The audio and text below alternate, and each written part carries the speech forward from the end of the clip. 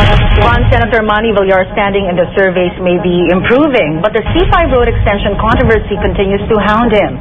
The Senate is divided over this issue and has yet to vote on whether to censure Villar. Villar, of course, has been denying he had used his position for the project and that he profited from it. Tonight, Professor Winnie Bonsod analyzes whether the allegations are baseless or not, that the project is indeed a road to hell paved with good intentions. What are the specific charges against Senator Manny Villar?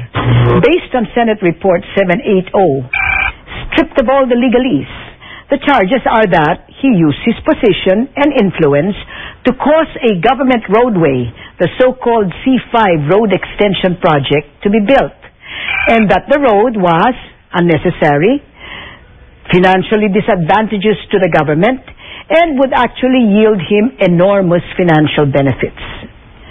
It was unnecessary because there was already an existing project, the so-called MCTEP, or Manila Cavite Toll Expressway project, which was a BOT, or Build, Operate, and Transfer project to be built by private contractors.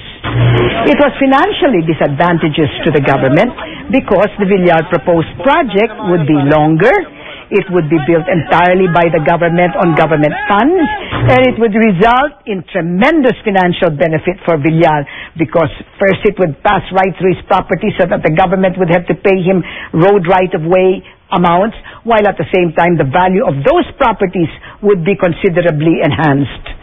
What exacerbates the situation is that the government, per the documentary evidence, paid much more for the right-of-way for Villar properties than the other properties, and that Villar allegedly used his position as senator, in particular as Senate Finance Chairman and then as Senate President, to make insertions that would ensure that his properties would be paid for right away.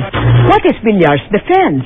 Based on Philippine Senate Resolution 1472, filed by mostly Villar allies, they said that the Committee of the Whole, meaning the Senate, had no jurisdiction over the case, that it adopted rules that were inapplicable, that it did not even publish those final rules, that there was an inadequate quorum requirement, and most important, that Manny Villar was being singled out. What does it then find? 1472 finds that, 1, there was no such thing as double insertions and that those insertions were actually regular amendments. 2, that there is no realignment of the C5 road extension project, much less one authored or done at the behest of Senator Villar to secure its passing through the real estate properties. Why? Because they said there are 2 separate alignments. One is that C5 road extension project, which is a public road, and the other is the MCTEP, which is a toll expressway project, which, if completed, would require the payment of toll for its use.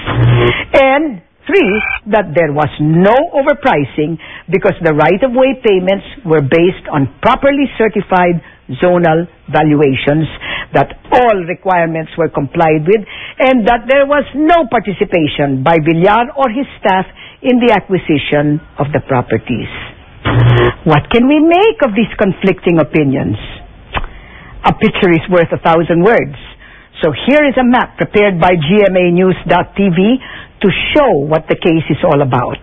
You see here the original C5 extension project called the Manila Cavite Toll Expressway project, which connects SX with the coastal road. The idea was that this would be a build, operate, transfer project, with the private partner bearing the costs of the construction of the expressway, which of course it would get back by charging tolls. The government exposure would be limited to 2.5 billion pesos, which will be used to obtain the road right-of-way. Now then, here is the new project. We have superimposed the burnt orange line representing the new project, again, connecting SLEX to the coastal road, except now it is very much longer and hits the coastal road farther along. Here are the Villar properties. on the basis of the map. It is clear, one, that indeed there are two alignments, MCTEP and the C5 extension project. But it is also clear that one of them was unnecessary. Why? It has to be the Burnt Orange project because the other project had already been approved earlier. It is also clear that the C5 extension project is going to be more costly because it is longer, and secondly, it was built wholly with government funds. And third, because what the government spent on the road right-of-way for the old project will now go to waste. Why will it go to waste? Well, really, can you imagine the joint venture partner building this project when there is this road parallel to it, almost beside it, sometimes overlapping it? Who will want to pay toll when there is a free road right next to it? Okay?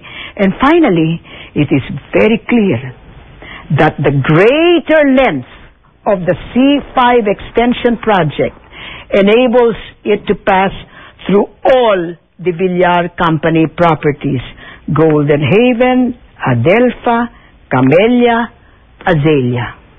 There remains the issue of the overprice of the Villar property. Based on the documentary evidence that was presented in Senate Report 780, there were 22 properties that had to be bought to get a right-of-way for the C5 extension project. The average price paid for the non-Villar properties was 2,422 pesos per square meter.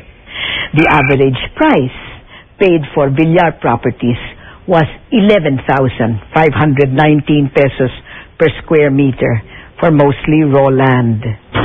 So now, I think we have sufficient basis, free of the posturing and the screaming, to make our own decisions.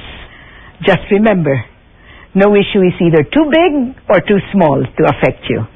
Be informed. Ask questions. Together, let's find the answers. Email us. I'm Winnie Monsod, on cue.